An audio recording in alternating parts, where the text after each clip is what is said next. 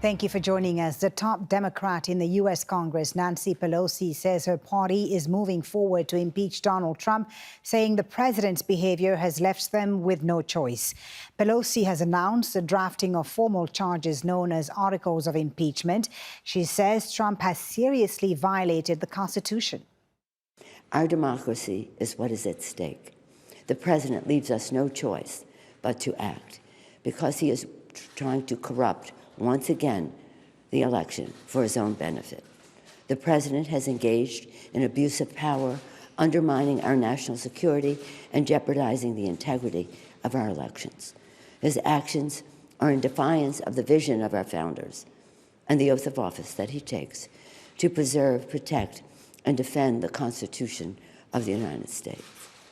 A reminder, the case centers on allegations that Trump tried to use military aid to Ukraine as leverage to get its leader to dig up dirt on a political rival. In response to Pelosi's announcements, the White House said the Democrats should be, quote, ashamed. It added President Trump looks forward to a fair trial in the Senate, where his Republican Party holds the majority. Well, we have our White House correspondent, Kimberly Halkett, standing by. We'll go to her in just a minute. But first to Heidi Jocastro, who's also in Washington for us. Heidi, first of all, just how big of a deal is Nancy Pelosi's announcement? Well, Foley, this certainly adds the gravitas and the full weight of the House Speaker's office behind this impeachment process. Of course, Pelosi, she is the second in line to the presidency herself, and she said this morning, using those sweeping terms, that this is about a sense of duty by Democrats and all members of Congress to hold the president accountable. So now this next step is to draft what these articles of impeachment or these formal charges exactly will be. From the looks of it, they will include abuse of power as well as obstruction of Congress. But a bigger question is whether or not Democrats who are writing these articles will also look back to the Russia inquiry. If you'll recall, earlier in the year, the special counsel cleared Trump, saying there was no evidence that he had colluded with Russia to impact the 2016 election, but he left the door open as far as obstruction of justice and hinted that it would be the Congress's duty to act on those grounds if deemed that they exist. Now, there are two schools of thought. There are some Democrats who want to make this impeachment articles more widespread to cover all of what they see as the wrongdoing of Trump.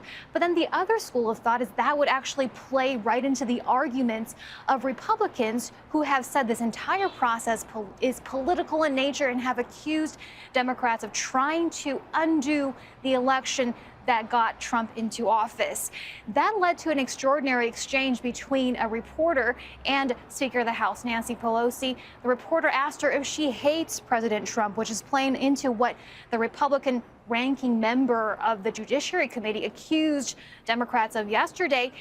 This is how Pelosi responded.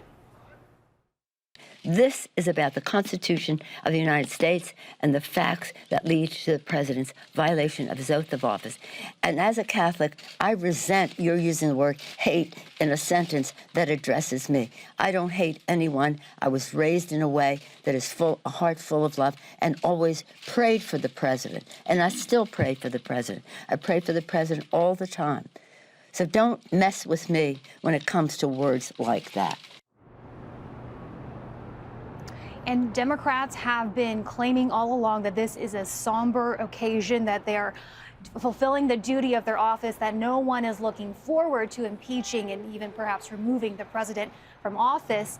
Now, the next thing we'll see is on Monday, the Judiciary Committee will continue with more hearings to help it craft what those articles of impeachment exactly will be. Thank you for that, Heidi. Let's stay in Washington and cross over to our White House correspondent, Kimberly Halkett. Kimberly, what are they saying over there about this announcement? Yeah, well, we've just had a statement from the White House press secretary, Stephanie Grisham, in just the last few moments. It's the last few sentences that caught my attention. Essentially, as this impeachment process moves forward and continues to pick up momentum, the press secretary saying that Speaker Pelosi's instruction to advance this impeachment process, one that has violated every precedent, moves this country toward the most partisan and illegitimate subversion of the Constitution in our history. And certainly most in the United States would agree that this has fallen, whether it's in the U.S. Congress or in public support, along party lines. In other words, those who are Republican tend to defend the president. Those who are Democrat say that he has committed wrongdoing and needs to be removed from office. It's been a very combative few hours between Capitol Hill and the White House. The U.S. president, for his part, has sent out more than a dozen tweets, many of them taking aim directly with the House Speaker, Nancy Pelosi. In fact, as we played that soundbite of her saying that she prays for the president, the U.S. president firing back within minutes saying,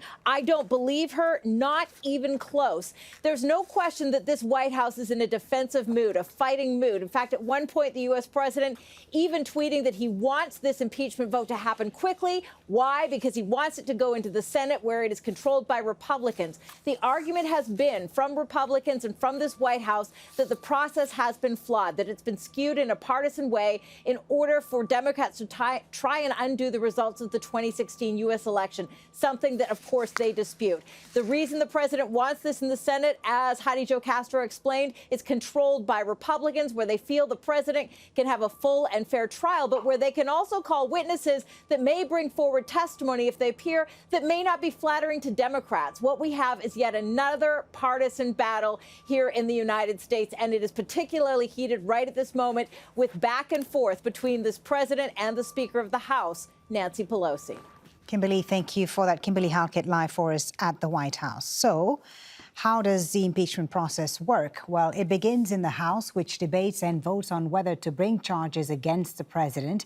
If that vote is successful, a trial of sorts presided by the Chief Justice of the U.S. Supreme Court is then taken to the Senate. A two-thirds majority vote is needed in the 100-member Senate to convict and remove a president. Historically, impeachments are rare. Out of 35 attempts, only 2 presidents have been impeached and neither removed from office. A third president, Richard Nixon, resigned while proceedings were underway. Well, let's now speak to Jay Newton-Small, who is a contributor at Time magazine. She's via Skype from Washington. Thank you so much for being with us. First of all, what do you make of Nancy Pelosi's announcement today? Do you think this is a big moment in the impeachment process? Well, it's certainly a big moment in American history. Anytime you announce that you're going to move forward with articles of impeachment against a president, obviously that's a huge deal in any country. It is an attempt to remove the president, even though odds are very slim that they will actually succeed in removing Donald Trump. As Kimberly was saying, this is entirely a partisan process. And so the House process has been very much skewed towards the Democratic political goals, as well as a Democratic argument against Donald Trump and their goal of getting him out of office, or at least convincing voters in November 2020 to get him out of office. Likewise, the Senate trial, if it happens at all, will be all about Donald Trump's case to voters in 2020 that this was an unfair process, and outlining potential Democratic corruption on the other side that he says took place from one of his chief rivals, former Vice President Joe Biden, and his son Hunter Biden, who was paid $50,000 over 5 years, a month over 5 years, by a Ukrainian oil company, even though Hunter Biden and Joe Biden both say that that money did not translate into any kind of political favors by Joe Biden in his role as vice president. It looks like, Jay, that the Democrats want to move things quickly now. They officially announced their impeachment inquiry into the president a little over 2 months ago, and now they sound that they want to be done with it. Is that a mistake in your view? Are they perhaps moving too quickly here? No, certainly there is some Democrats that feel that the end of the year is an arbitrary timeline, and they'd like to see this play out a little bit longer, give, for example, the courts more of an opportunity to weigh in on whether or not a spate of very important witnesses, former National Security Advisor John Bolton, current White House Chief of Staff Mick Mulvaney, whether they should be able to testify before the House. They both have said that they would not testify unless they were sort of explicitly ordered to by a court, and that's being being heard, and it'll take a long time to appeal and it'll take a long time to go through. And so the House is just simply not going to wait for the courts to make those decisions. Really, again, this is a political timeline. Nancy Pelosi wants this over and done with at least 10 months ahead or 11 months ahead of any election, so that if they overreach, which there is a great potential for that, they can spend the next 11 months correcting that overreach and sort of making amends to particularly the sort of silent majority of independent American voters. Now, those voters, we call them the silent majority because they tend to not show up in polls. They tend really to not pay attention in the United States to what's going on in the daily circus of news stories. They kind of show up about a month or two before elections and make up their minds then. But they don't like hyperpartisanship. They don't like extremes on either side. And so if you overreach and if you are too extreme one way or another, you really risk putting off that silent majority of voters. And I think Republicans risk the same thing in the Senate. So if there is a Senate trial, and I'm not entirely convinced that the House will necessarily garner enough Democratic votes to impeach, but if they do, and they send the trial to the Senate, then that's potentially 2 months of hyperpartisan activities that, again, risks putting off those moderate voters. So will it be ultimately then the American voters who decide the outcome of this all? I think that's always been the entire goal for this entire circus of proceedings, is that we knew going into this that even if the House impeached, the Senate was never going to find 2/3 votes, because you would need so many Republicans to turn against the president to do so, that they would never impeach their own president. And so going into this, you knew it was a political process, and really they're just building their cases and building their arguments to voters come next November on why they should either be reelected if you're Donald Trump, or why he should be voted out of office if you're a Democrat. Thank you so much for speaking to us and sharing your thoughts. Jane Newton-Small from Time Magazine joining us there from Washington, D.C. Thank you for your time.